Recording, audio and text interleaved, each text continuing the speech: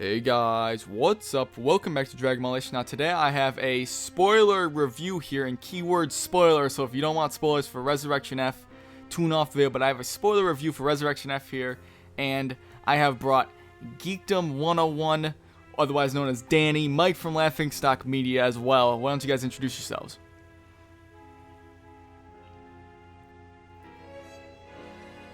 Danny, well, okay, I'll take it, but it's supposed to be Big D, but Danny's fine. I'm happy to talk about F once more. Alright, yeah, we're going to be giving our thoughts, and as I said, spoilers here, guys. If you do not want to be spoiled on this review, or this movie, we are going to be discussing the English dub and giving our thoughts and talking about a bunch of spoilers here, so yeah, that's your warning. But let's get right into this. So, my thoughts on this movie, and especially the English dub, is I incredibly and thoroughly enjoyed this film. I don't want to say it's my favorite film of Dragon Ball. I would actually say it's the most entertaining that I've seen of the films. Whether or not it's the best is still something I'm contemplating. But the voice performances were phenomenal. Everyone was on the mark. Even the new characters like Sorbet and Tagoma were phenomenal. Jocko sounded great. And it was all really good all around. Animation was fantastic with a couple of hiccups. You know, some of the 3D still is a little bit wonky, but a lot of it did get smoothed out. But I already did my full spoiler-free review, and I'm going to let these guys share their thoughts on the films briefly, and I'll link all their full reviews at the end of this video. But Big D, how about you go next? Yeah, I felt that the film was a lot of fun to watch with an audience. I thought the animation was fantastic. It looked great. As you said, the dub, every dub I've seen of this movie has been pretty solid. The English dub I felt was the best performance from the Funimation English cast that we've ever seen, right up there with Kai. Chris Ayres was incredible as Frieza. I mean, he literally is the only difference between, in my opinion, him and Ryusei Nakao is that Nakao has the classic Frieza laugh, but Ayres was incredible, and the movie, I think, is lacking in a lot of, I guess, things that make a movie good, in my opinion. I feel the film is very, it lacked really kind of a real story and a real quest. It was just kind of a very simple revenge film. So if you're looking for an actual movie that has like a continuing, ongoing story that keeps you kind of hooked, you're not going to get it here. You're going to get Frieza coming back and a fight. But if you're okay with that, I mean, it's Dragon Ball, and it's a fun fight, so there is good and bad to it. So that's kind of my quick thoughts on the film. All right, Mike. All right, so yeah, with my review of the film, my opinions are essentially I enjoyed the film in terms of it was fun. It was fun to see it with a theater. I've never actually seen a Dragon Ball film in theaters, although I've had opportunities in the past to do so. And in this case, I actually got the chance to do so. And when it comes to the movie, yeah, I feel like it definitely was lacking. It was very much structured like the older films before Battle of Gods, where it's very self-contained, and it had, the villain shows up, he wants to do something evil, so and so, which we'll get into a little bit in the spoilers, but it was fun, there was humor to it, but a lot of those things that we'll get into when we talk about the spoilers of it, a lot of those plot elements and those plot holes really detracted a lot for me, but overall, I did enjoy it. I just feel like there's much detracting from it, and the actual story itself kind of felt pointless. So if those things were wrapped up, much like Battle of Gods, I would have liked it a lot more. And just to add to what Mike just said, obviously most people know that I had read the spoilers, and I'm sure most of us did. Not Mike. Mike tried to avoid the spoilers, but I read the spoilers back when the movie first premiered in Japan at the pre-screening, and I was very, very disappointed in the story. But as time went by, the more I got to kind of learn about the movie and actually watching the movie, I guess that kind of dislike really, really went away, and it kind of just became like acceptance. So it's one of those things where I know a lot of people went into this movie expecting it to be great and amazing, and they were let down. But the thing about the film, I think, is that it does kind of get better the more you watch it, once you accept the fact that it's got a few flaws. So that's kind of my view on it. Definitely. It's a thoroughly entertaining film, in my opinion. It does definitely have flaws, which we are going to discuss in this video. First things first, what did you guys think about the first thing I want to talk about really is the whole Whis training Vegeta and Goku. What did you guys think of that scene? Because I thought it was awesome seeing the power of Whis. You know, he's, you know, from Toriyama's statements, about 50% stronger than Beerus. Unless, of course, he changed his mind about that, which is highly possible at this point. But Whis' performance against Goku and Beerus was very entertaining. You know, how they really couldn't stand a chance, which is something we all expected. But there was a really funny scene where Whis stepped in poo, obviously. And one of my favorite scenes in the entire film, which is such a subtle scene, is when Whis is saying that Goku has his own problems, you know, very sinister like also. And he goes and sucker punches him. And he just says that he's too relaxed, and that was a fantastic moment. But what did you guys think of that whole scene? I thought it was really great. I mean, I really enjoyed it. One of the dynamics I've always wanted to see, because we've never actually seen this before, is Goku and Vegeta actually training together. And it was very similar to like Goku and Krillin train together in Dragon Ball. Like, when was Goku ever actually a student? Like, there's only been a couple of times in the series under Roshi and then under Kami again. But well, he was also a student under Kaio and under. Well, yeah, Korin, I was going to say that, but I mean. Yeah.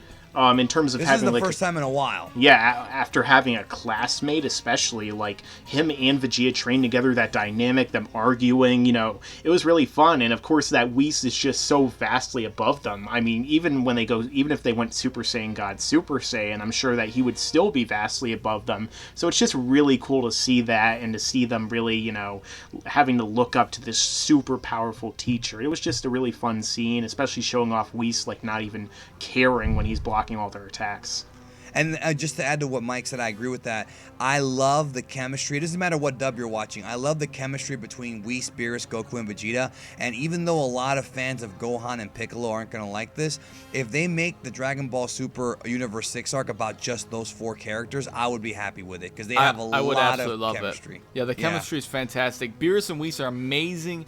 Regardless of what anyone says, in my opinion, they're amazing characters, especially just the chemistry. And honestly, to be completely honest, it's mostly, I think, the fire Beerus brings and Goku's naiveness. Those kind of clash, and then obviously Vegeta gets into the mix with Goku, and then Whis is kind of giving his all, you know, little proper spin on things. You know, it's all they're all different ends of the spectrum, I guess. And we actually did see in the movie, even a little bit later on, which we all might get into, Vegeta and Goku still being rivals, but still being friends at the same time, getting into it even during the Frieza fight, you know, with the whole taking of turns thing.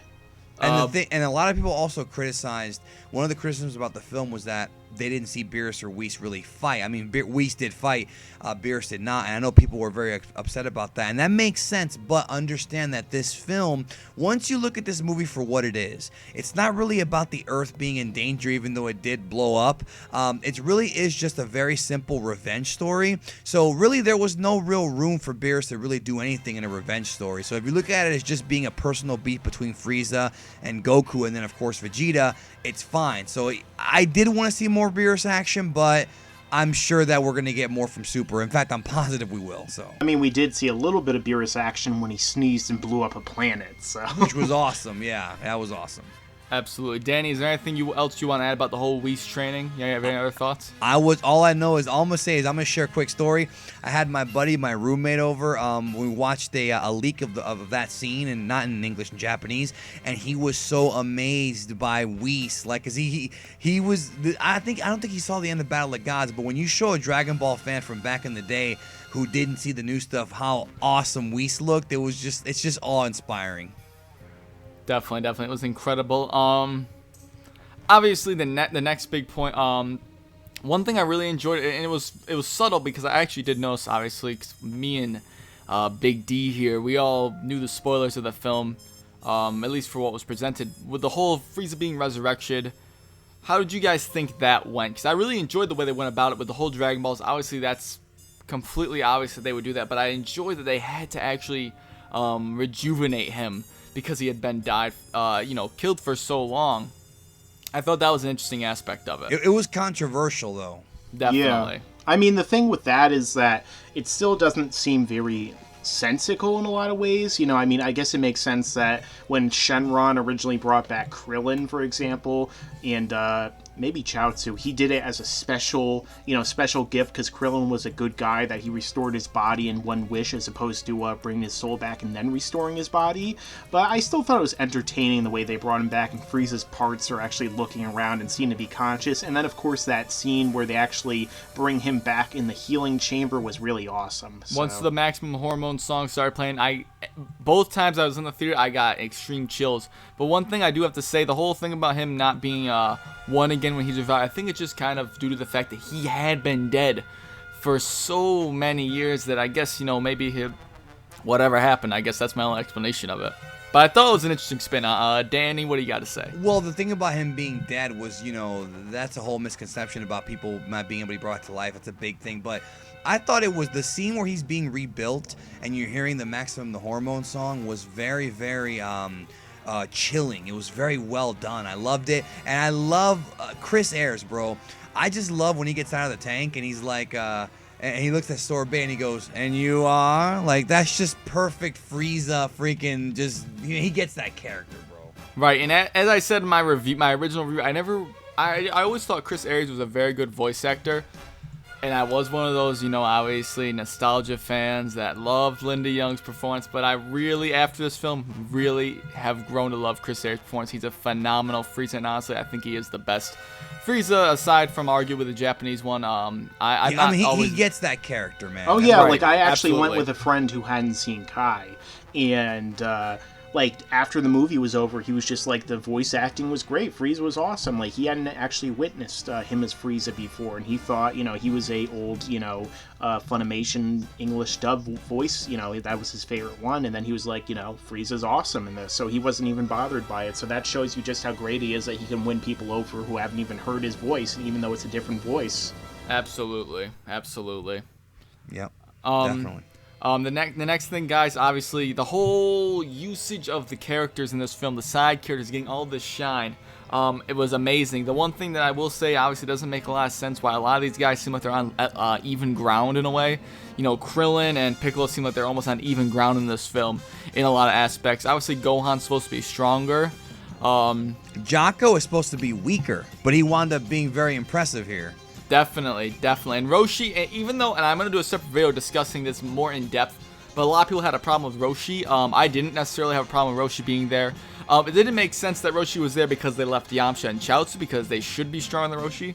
But Roshi being able to keep up in the fight, I didn't have a huge problem with. Compared to how weak these soldiers should be, they have to use Ki Blast cannon, Ki Blast rifles to even do energy attacks, which we didn't even see them doing for the most part. So I don't think it's a big deal he was there. Although he should not as a character be there, but his strength makes sense for him to be present. One of the problems with the movie, I will say, right, is that, and this is to me was a major issue, but it can be fixed in Super, is that I feel that a lot of these plot holes could have been explained and covered up with just a simple explanation. And to me, the explanation of why there was no Boo and why... that was explained in the manga, but how many people who saw the movie read the manga, And then why Goten and Trunks weren't there, it just really came off like, I guess Toriyama wanted to just give old characters shine. But again, there's no Yamcha. Very weird. That's a controversial thing, because I've had a lot of people hit me up and say, where are they at? And the answer is, I don't know. I do not know the reason why they were not in this movie. I don't get it. Well, the thing is, though, that, at this point... And it could have been explained. Well, yeah, but, aside from that, too, I agree with what you're saying. I definitely think that they should have done a better job of explaining it somehow. Maybe there was another invasion somewhere else on the planet, that they could have been fighting. That would have been much better. But, when it comes to Yamcha, he's such a joke at this point in the series, even though, he's an old character and stuff. Just putting him in there as a joke is, people wouldn't care. For the most part, people just laughed. Every theater I've heard laughed, when they said that. So, really, most people really don't care about that. I didn't even care, even though, things like this bother me. The Boo thing is something that stands out. But, honestly, the problem I had the most, even though people, are praising the Frieza invasion, the battle and stuff like that, is the fact that, it did seem like everyone was on similar pars, and the fact that, no one was even trying to kill the Frieza soldiers. And I know that they tried to explain Except a little Jocko. bit. Well, yeah, I know that they explained a little bit that Frieza was like, oh, Goku's son could kill them all in an instant. Well, it's like, why doesn't he? Like, he's never cared about killing people. He's never been the kind of character in that... the film. That was inconsistent in the film itself because he's made that statement after we had seen Gohan shooting a giant energy wave at a crowd of soldiers. Well, not only that, but on top of that, like, even Tien should be able to kill all of them in an instant. And it seemed like his Tri-Beam didn't do much of anything, but, like, Tien, Piccolo, all these other characters shouldn't care about killing them. Like, Krillin throws his Destructo Disc, and he throws it at a mountain. He doesn't throw it at the soldiers. He could have killed all of them. And that's a real indication of... Go ahead. I was saying I don't know why they spared them. I don't understand where this is coming from. It just seemed like Toriyama was like, oh, it'll be cool if Frieza kills all of them, but that's not within logic. Like, you can have cool action set pieces, but you got to hang them on logic, or else they fall apart. Absolutely. And one thing was interesting that I just want to note on the side. Frieza had made that statement about Gohan being able to destroy the entire force pretty much at an instant if he wanted to. You know, obviously that makes him stronger than everyone else that was fighting there as far as their Z fighters, and that was even before Gohan had even shown Frieza he was a Super Saiyan yet. So that really says a lot about Gohan's strength in comparison to Piccolo and the rest of them. You know, Gohan still was implied to be pretty weak in the film, so, you know, you can kind of scale back the other characters, and it just shows even Piccolo has gotten so much weaker, regardless of what people want to say about whole Shisame being as strong as Zarbon or all that stuff. Just another I mean, it could be that it could simply be though that Gohan is still very strong. It's just that he lost like the Mystic, but he still retained a ton of power, and so when he goes Super Saiyan, he gets ridiculously strong compared to everyone else. But like at the same time, anyone in the group, even Tien, should have been able to kill every single one of the soldiers with one attack. So I mean, when he held back Semi-Perfect Cell, that means he should kill all Frieza's soldiers in one blast. So absolutely, it just seemed like they were kind of nerfing characters for no reason. It was, and again, all that stuff could have been explained with a little bit more time. I think the extended cut will really, hopefully, you know, if there is one, because we haven't even heard the announcement yet. I'm gonna put money that there will be one, and hopefully we do see one. If not, you know, Dragon Ball Super, the Resurrection F arc, I have high hopes for that. Even though the Battle of Gods arc has been a little bit rough around the edges, I do have high hopes for the Resurrection F arc because they can really expand upon a lot of things there. Yeah. If it's animated well. Absolutely. But you know, next point, obviously the start of Goku and versus Frieza. That's just, it was such an incredible moment.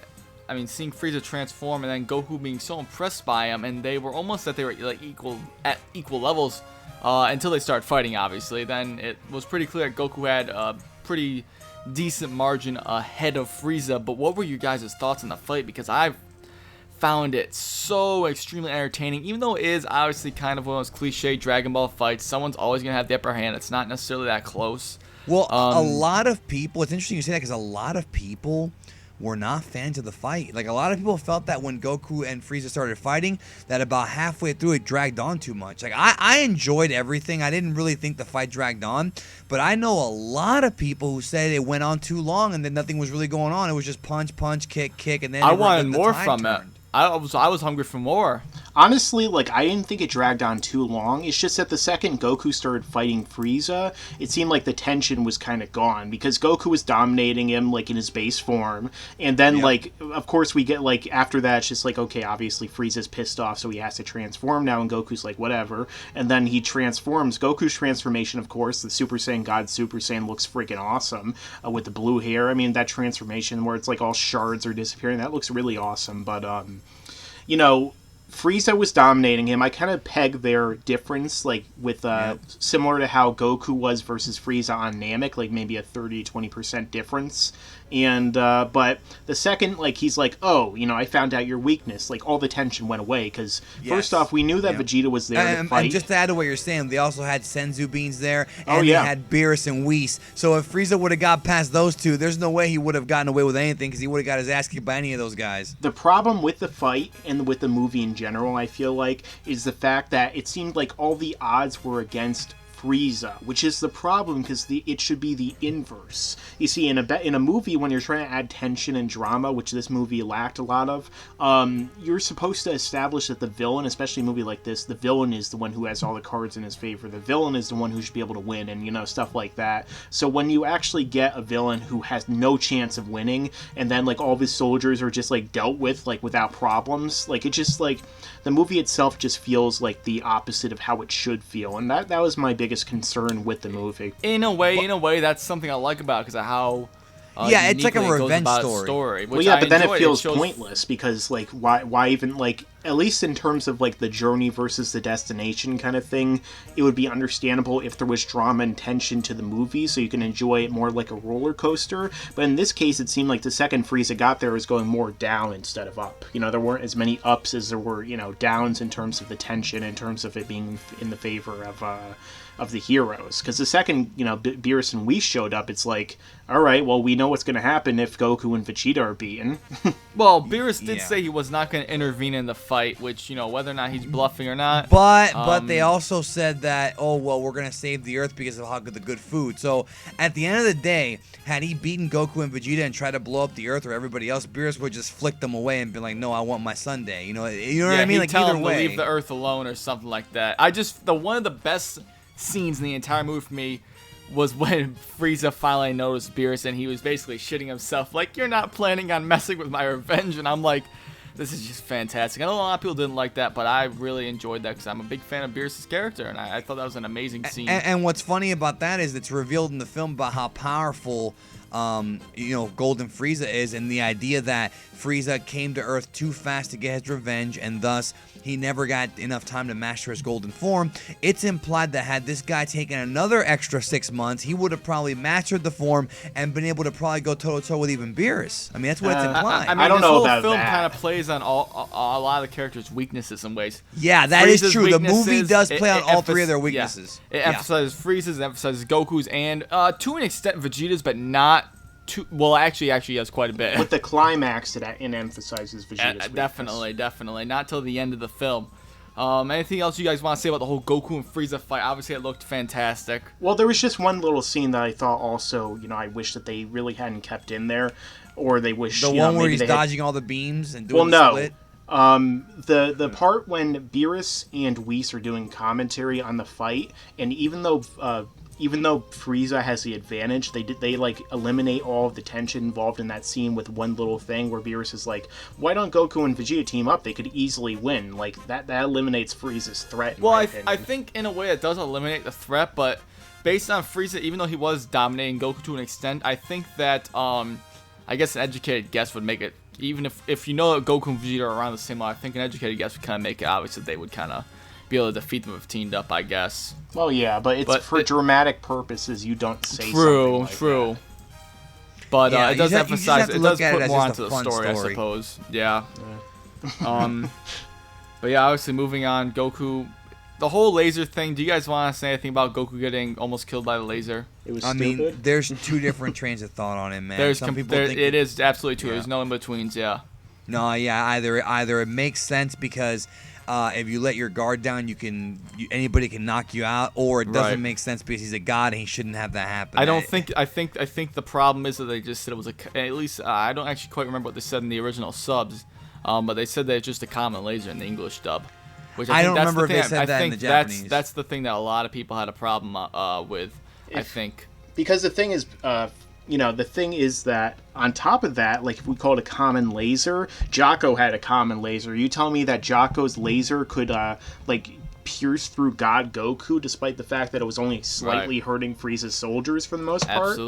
Absolutely. It's just crazy. It is crazy. And moving on from that, obviously that whole scene. One of the funny, well, not funny, but one of the greater scenes.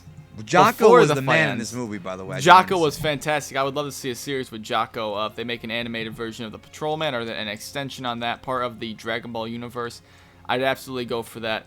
But I'm just going to say my favorite part of this entire film arguably would be when Goku uses the one-inch punch move from Bruce Lee on Frieza. Fantastic. I lost my shit when I saw that in theaters, man. How many people really picked up on it though? Like I in my theater, I don't know if people picked up on it. I don't think I'm anyone, a Bruce Lee both fan. times, So. both times, no one picked up on the fact that it was Bruce Lee. I had some people in my theater like pop at it, so it seemed like some people definitely knew like that it was the Bruce Lee fight or technique. He even had his fingers the same way, man. It's Yeah. pretty obvious. Yeah. It was fantastic. Now, how It many really people was. picked up on the fact that when Vegeta was all over Frieza, it was like a copy of the Matrix when he blocked all the bullets from Agent Smith and then kicked him and left his foot out? That was the same freaking moves. I don't really watch The Matrix too much, to be honest. I was never a huge fan, but we're not going to talk about We're not going to talk about my love of The Matrix here. Well, the Matrix but I copied never- Dragon Ball, and now Dragon Ball copied the Matrix. But moving on to the whole Vegeta and Frieza fight. It was completely one-sided because of Frieza's fatigue, obviously. What did you guys think of the fight? Because obviously it wasn't much of a fight, but it was nice to see Vegeta get some well-deserved and well-overtimed screen time and some awesome shine in the series, even though he didn't have to do too much for it. He just kind of trashed Frieza. He didn't have to put up much of a fight, really. What did you guys think of all that? I thought his dialogue was more impressive than the fight. Like I said, Definitely. The Matrix stuff was fine, but like the way that he was like, I've been a super in the dub. He says, "I've been a Super Saiyan for a long time, and plus I have the power of a god." And then at that point, you're like, "Well, this guy Frieza has no chance," which I know Mike hated. Well, I mean, honestly, I feel like a better resolution would have been if Goku and Vegeta teamed up to beat Frieza. And I feel like the whole point of the movie, or at least in the climax of the film, they should have gone with that, because it seemed like the climax of the film was a non-climax, because the fact of the matter is, despite the fact that, we are spoilers right now, Frieza dies, it seems like it's more of a one-on-one situation where they take turns and stuff, like against Majin Buu. Yeah, against everybody, really.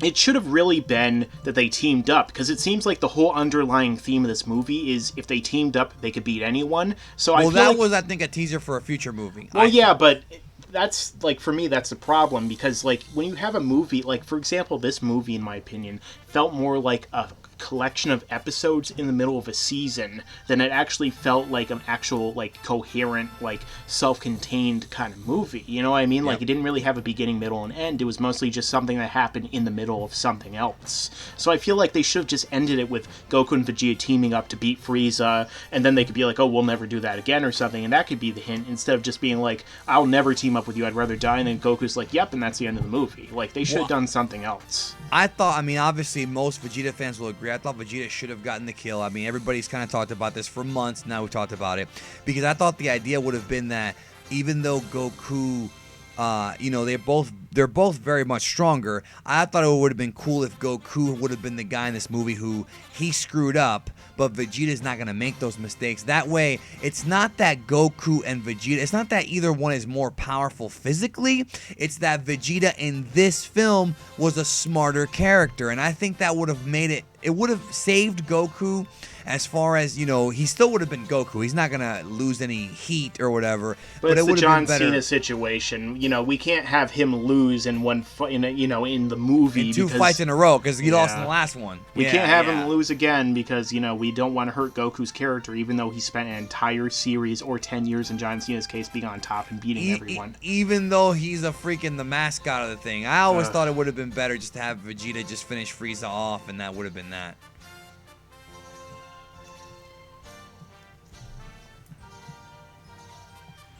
They used to, though. They used to. Look at the Cell Saga. The Cell Saga has lots of thematic intervention.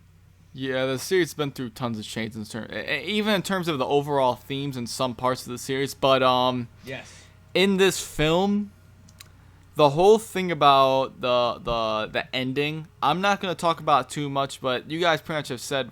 Have you guys said all you want about the actual ending, or do you guys have anything else to add? 'Cause I'm gonna hold off because I have a whole video discussion planned on this ending of the film. A couple of things I want to say about it. The only thing I have to add, Mike, you go first. Well, I was just going to say, I already kind of saw what was going to happen coming. Like, when Whis earlier in the film mentions about, I can go back in time and fix something. And then when we saw, Jaco didn't take the Sensu Bean, I kind of expected that to happen. Like, something would happen where, maybe Frieza would blow up the planet. And then they would have to go back in time and Goku would take the Sensu Bean and beat Frieza. That's kind of what I expected to happen, and it did. I wish that they had just simply had Vegeta kill him, or maybe Goku. They went back earlier and Goku warned him and Vegeta killed him. You know, it's just like, we didn't need to see Goku kill Frieza, you know, or kill him again, technically. We didn't need to see Goku win again. I just feel like they should have gone with something different again, and, you know, it's not that big of a deal. Goku got beat by a cheap attack, so Vegeta getting some sort of, you know, victory or some sort of, you know, getting the win for once would have been great. It was a cheap attack. Yeah, I agree. And there, I think we can all agree that there definitely was an overuse of foreshadowing in this film, definitely, as Mike kind of pointed out. But the thing is, as we pointed out earlier in this video, the lack of drama. It's like, okay, you've got Senzus, you've got new transformations, you've got a whole bunch of Z fighters, which really were kind of pointless. You've got Whis and Beerus, and then you've also got the ability to reverse time. I mean, no matter what, there was literally no chance, not just for Frieza, but for any villain to get one over on these guys. So it was almost as if, it's almost like they stacked the deck against the wrong character. The thing about the ending is that it did come off very abrupt. It just, you know, oh, we'll never team up again, ha ha ha, and then we go to credits. It was I can agree with that. I can. Yeah. And then, of course, the post-credit scene. What irritated me about the post-credit scene was that people were saying that, like, before the movie came out, they were saying that, you know, stay tuned for after the credits because, you know, you never know what you're going to get. And actually, one guy from Japan was saying that, oh, well, Frieza loses the battle but wins the war. We were like, oh, what could that mean? That's what I always was waiting for when I was waiting for the credits when I had seen the film earlier. And that's something that never really happened. Would you mind, for people that haven't seen the film, would you mind explaining what the after credits scene is, Big D? Yeah, after the credits, you hear the more Clover Z song, and then Frieza's back in hell, and he screams no, and that's it. Yeah, he's just showing them that he's in hell. That's really it. Yeah, there's nothing to allude it's on comedy. A new film, really, except for the whole thing with Goku and Vegeta talking about working together. That's really the only thing that allude on anything in the future. Yeah, that's I feel like if Frieza somehow survived, it would have made it a little bit better. But I mean, him being back in hell, kind of, in my opinion, capitalizes on the idea of the pointlessness of what we observed. But I mean, that's just, you know, my take on it. A lot of people agree with you, though. You're not the only one. But overall, I mean, it is still a fun romp, as Julian said from Kanzenchu. It is a fun romp, but it's not a movie you can actually sit there and say, holy shit, like, you know, we're you know, these guys are in trouble. It's not like The Dark Knight Rises or anything like that, where you're like, okay, you're actually wondering how they're going to get out of this mess. It really is more so just a fun little, like, almost like a gag manga, like Toriyama's going back to how he used to write back in the 80s. Right. Well, I think we've all said a lot. Do you guys have anything else to add before I close this video out? Final thoughts on the film? I thought it was, as I said in the beginning, it's a thoroughly enjoyable movie. It's probably the most entertaining Dragon Ball film for me. Not necessarily the best, but definitely the most entertaining in terms of replay value. It's definitely not boring. That's the reality. It does Definitely not bore you. Yeah, that's. For me, I mean, I liked Battle of Gods more. I thought it was better as an actual narrative movie. But I mean, this was still a fun movie. It was still good. You know, it's still something if you're a Dragon Ball fan to check out. You know, if it's still in theaters, I don't know. But you know, for me, it's just that, you know, like, it's still one of my favorite ones in general. I just wish it had been a little bit better, so it could have been my favorite. Absolutely. Well, you guys said everything you got to say. That's it. All right. Well, I'd like to thank you all for watching this. Well, what appears to have been a very long spoiler review. I'd like to thank Big D and Mike for joining me. Guys, you want to plug in your channels here? Big D, how about you go first? Geekdom 101. Yes.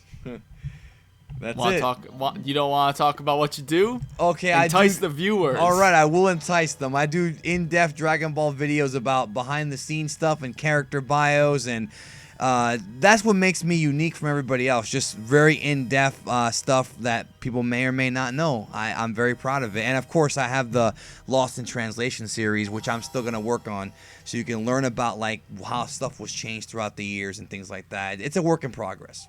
Definitely. Yeah, he's better than me. Mike, why don't you go next? Well, I do Dragon Ball segments, both Z and Super, you know, in-depth, you know, reviews, what-ifs, and other sorts of segments. I just started a segment with the first episode being of Were They Helpful with Krillin, you know, seeing if Dragon Ball characters are helpful. And I'm doing other stuff like Yu Yu Hakusho and movies, and sometimes even wrestling. So if you're into any of these things, make sure to check out my channel in the description, because I know Josh will be cool and put it down there. I'll put a ton of things in the description here, but yeah, check these guys out. Obviously, I wouldn't have them on here if they were shit. They're all great guys. They're awesome. They make great content. These guys are growing like crazy. They're gonna pass me soon, so you know, definitely go check. Go check. Well, we'll see in the coming months, but definitely check these guys out. But I'd like to thank you all for watching this video, and I'll catch you later.